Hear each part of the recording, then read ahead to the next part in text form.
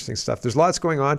Let's get to it. First, we'll start at the end of the India trip. And I think this is Justin Trudeau being driven around the airport. He's come to inhabit for the last day and a half waiting for his plane to get fixed.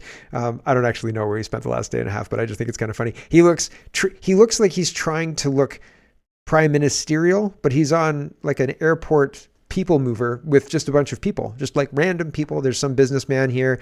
There's a driver who's, driving people around, and Justin Trudeau sitting in his own thing. And then two people facing the other way. Could be Prince Harry, maybe. Probably not Prince Harry, though.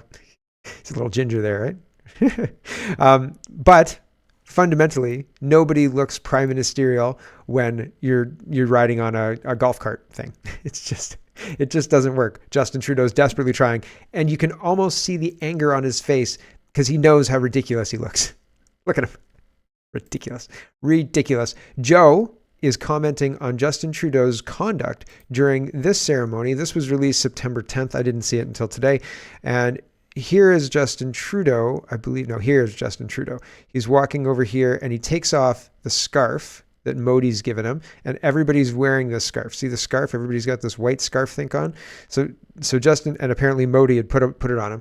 Justin Trudeau's taken it off. These guys are, it looks like there's an order of things, right? Justin Trudeau's walking he walks all the way over here, and then can't find where he's looking to go to. Well, first he stops here and somebody says, you can't be here. So he walks over here and they say no. And then they come in tight on Modi, and Justin Trudeau walks by in the background.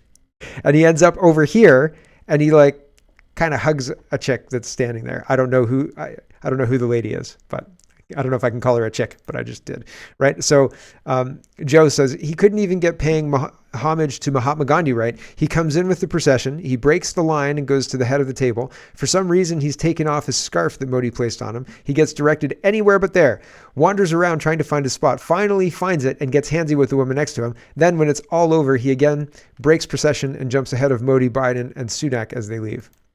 Yikes, right? So here's Justin. Live तस्वीरों के माध्यम से आप देख सकते हैं जहां पर तमाम राष्ट्राध्यक्षों के साथ प्रधानमंत्री See? And then he puts it back on. Narendra Modi Rajghat And he's पर walking. मौजूद हैं. राजघाट पहुंचे सभी मेहमान और साथ ही पीएम ने इससे पहले Sabarmati Hold on. I have to make this bigger. Justin Trudeau walking by right there. बापू की कहानी भी सभी राष्ट्राध्यक्षों को एक-एक करके बताई है.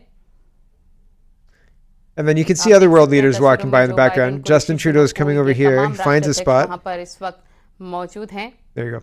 So Justin Trudeau is embarrassing Canada through his ineptitude, through just kind of being selfish and narcissistic and just being Justin Trudeau, It's embarrassing.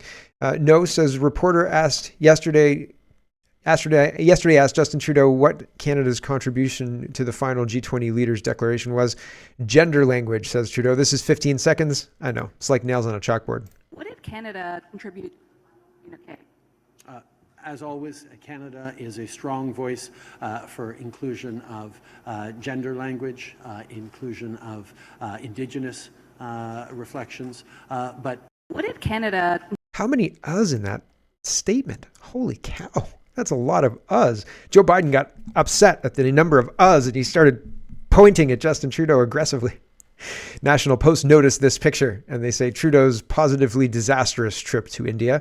Yes, right? Trip to India too, electric boogaloo, right? It's just as big a disaster. And it started a disaster. Justin Trudeau got off the plane with Hadrian. Everybody waved like there were people who cared there, and they got onto a Toyota, what is it, a Toyota 4Runner or something like that? Land Cruiser, a Toyota Land Cruiser. The other delegates got newer model Audis and Mercedes. But Justin Trudeau and his entourage was picked up in an older Toyota Land Cruiser.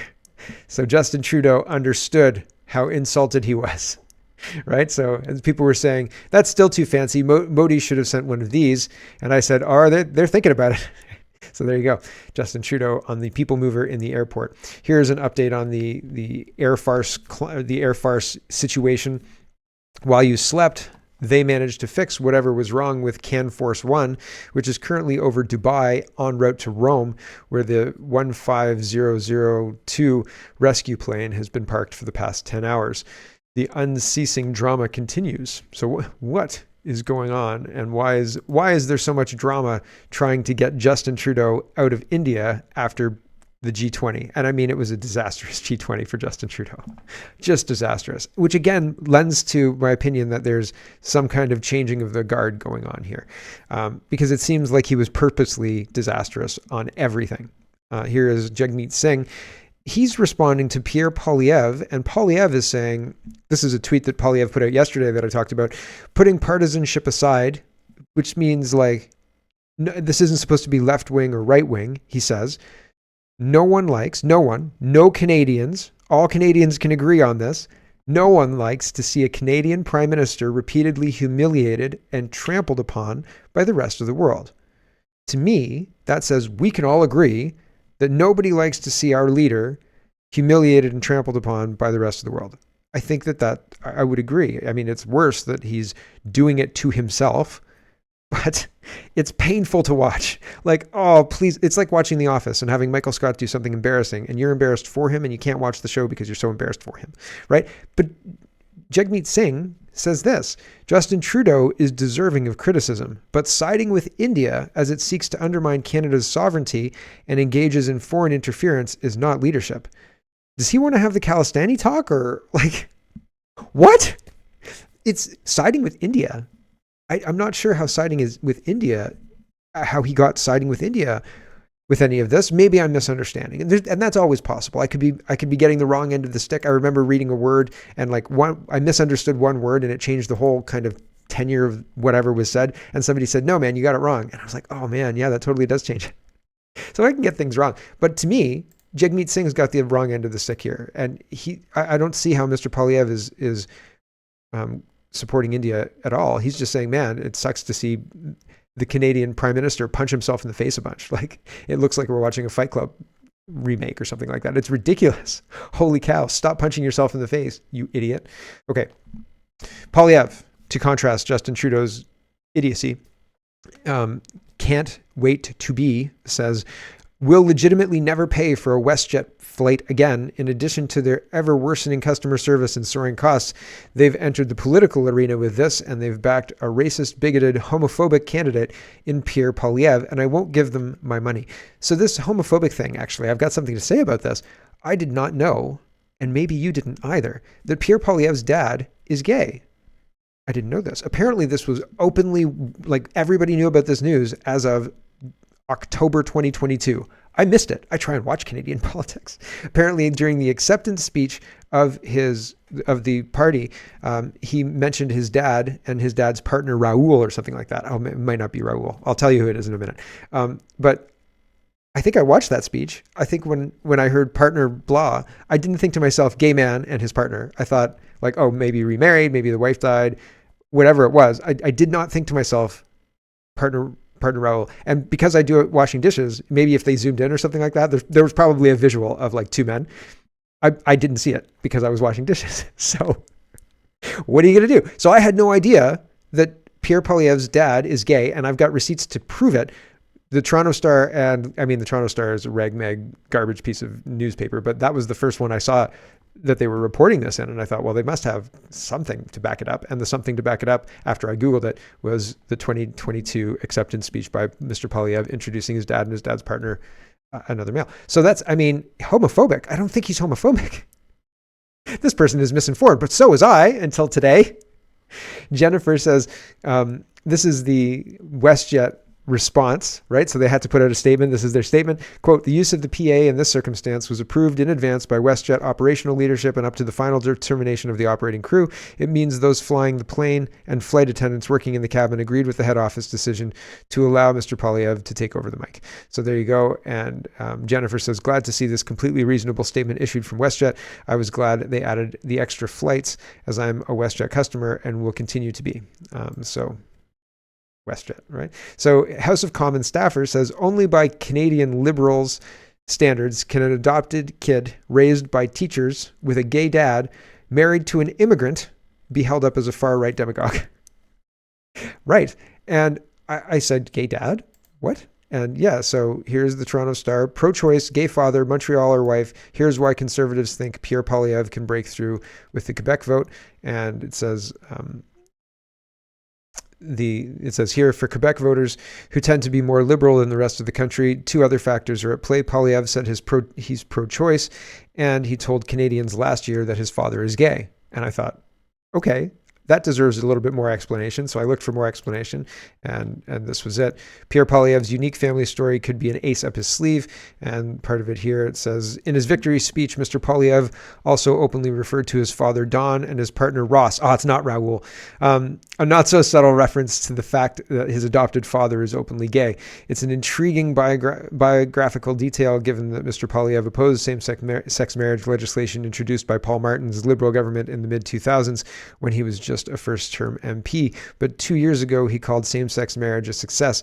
More recently, he appointed his party's 2 openly gay MPs to key roles in his 9-member leadership team. So I don't think he's homophobic. And the fact that it was Ross, I often also listen with one earbud in and one earbud out to make sure that I can hear what's going on with kids and other things around the house. If somebody's asking me a question or something like that, having 2 earbuds in is rude. And so I could miss it that way as well. Sometimes you're not listening to the thing talking in your ear, you're listening to somebody asking you a question about bathing suits or something like that, and you're like, yes, and then you try and pick up what you missed. So I miss things, honestly. And I mean, that was a pretty big thing to miss, I think, but also I don't think it was underlined. Nobody in the press really jumped on that, saying like, this is a unique thing about Mr. Poilievre, because listening to that profile, you wouldn't come to the conclusion that Mr. Poilievre is an evil right-wing alt-right racist, right? He has a gay father and is married to an immigrant person who is a Canadian now, but was an immigrant. You would think a far right racist would not do that, right? So like somebody who is preferring, in-group white-only preference probably wouldn't marry a Venezuelan refugee or a Venezuelan immigrant. I don't know if she was a refugee. I think that's part of her story as well. But regardless of all of that, it's super interesting that because it would destroy the image they're trying to create, the fake image they're trying to create of Poilievre, they don't report on all of those very inconvenient facts. I wonder if Poilievre's going to do like a getting to know you tour where he highlights that. And I mean, I don't think he should necessarily highlight that, because the adoption thing, he highlighted that and that kind of worked.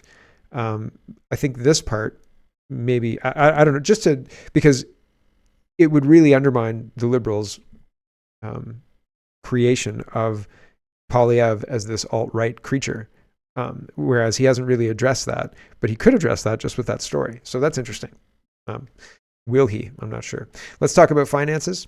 Financial Post says it's going to get worse. Banks are bracing for bad loans, but the trouble is only getting started. Big Six recorded $3.54 billion in loan loss provisions in most recent quarter, and analysts expect that figure to climb. Loan loss provisions piled up at Canada's big banks in their most recent quarter. Now the question is, how high can they go?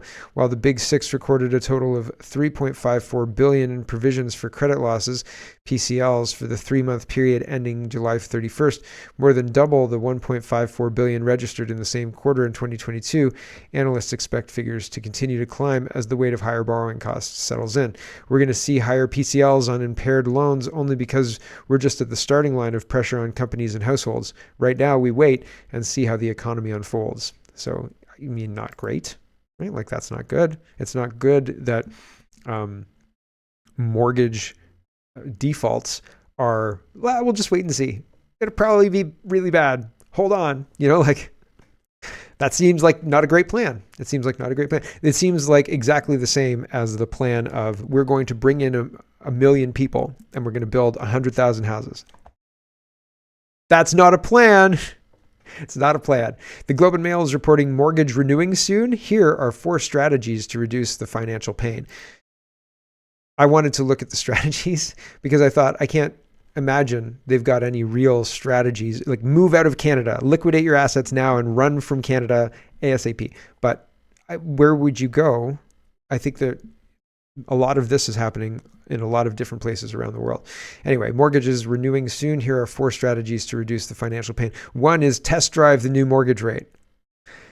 A lot of people don't want to know what their new mortgage rate is going to be, if it's going to be anywhere close to double or anything like that, right? Like, they don't want to know. And so test driving the new rate. Can you afford this? No. And I mean, No, the answer is no. We can't afford that and all of the other things that we used to do too, right? That's not great. Lengthen the mortgage amortization. I would like 100-year amortization, please. Whatever it is to get the monthly payments to where they used to be. Do that. Go. People are dealing with that, and it's talking like, because between renewals is like 3 or 4 or 5 years, people with mortgages that have a guaranteed monthly payment but a variable interest rate have had their amortization stretched. And so instead of being 25, people have had 70, 75-year mortgages. But then when the mortgage renews, you need to pay the difference, because you can't sign up for a 75-year amortization. That doesn't work. You can't renew it exactly the same terms. You have to bring it back down to a 30-year, 35-year, something like that. And so people get underwater very, very quickly, right? So I'm not sure what the options are, but we may see changes to the amortization periods just to make things affordable. But affordable is only if you live long enough to pay off your mortgage. Yes, a good 75-year mortgage to pay that off. I mean, let's hope that, you can pay that off and retire or whatever in that house that you took 75 years to pay off. Holy smoke. What a ridiculous idea. Get a rate hold and break your mortgage. Yikes. And sign up for a shorter term mortgage. Yes, we'll do it 1 year at 5% and hope it goes down after that. Fingers crossed. The feds are spending $21 million on 52 affordable housing units for low-income seniors. Now, just adding the moniker seniors to it, does that make it palatable? I think it's really crazy that the immigration stuff is being completely ignored. They're building houses and spending $21 million and only getting 52 units. $21 million, 52 units. How much per unit? Not quite $500,000, but close. $403,846.15. So, cheap. That used to be the price. I mean, that was the price of a nice house in the early 2000s. You know what I mean? And so is this the buying power being eroded? 52 units for low-income seniors. So these 52 units aren't even like standalone homes or anything to that effect. This is not the way to build Canada's future. Import more people than we can house and build houses at an unbelievably high rate. Like the government throwing $21 million our way. What is that compared to how much we sent to Ukraine? Like nothing, right? They've got construction. She says construction has begun and will be completed by the end of 2024. Okay. I mean, like a year to build a house, that seems like a long time. A community wellness hub to provide support services to seniors in the surrounding community. So sorry, your economy is crashing, but we're building a couple of affordable units while we flood the country with people who can't be housed anywhere because we don't have it. Hello everyone, thanks very much for watching. This is just a short version of a longer show. If you'd like to get the whole show, you can go over to CanadaPoly.com and sign up for a subscription. Just look in the drop-down tab for Shop and Donate and look for subscriptions, and you'll get immediate access to the full show. Love to see you. Thanks for watching, everybody. Have a wonderful, wonderful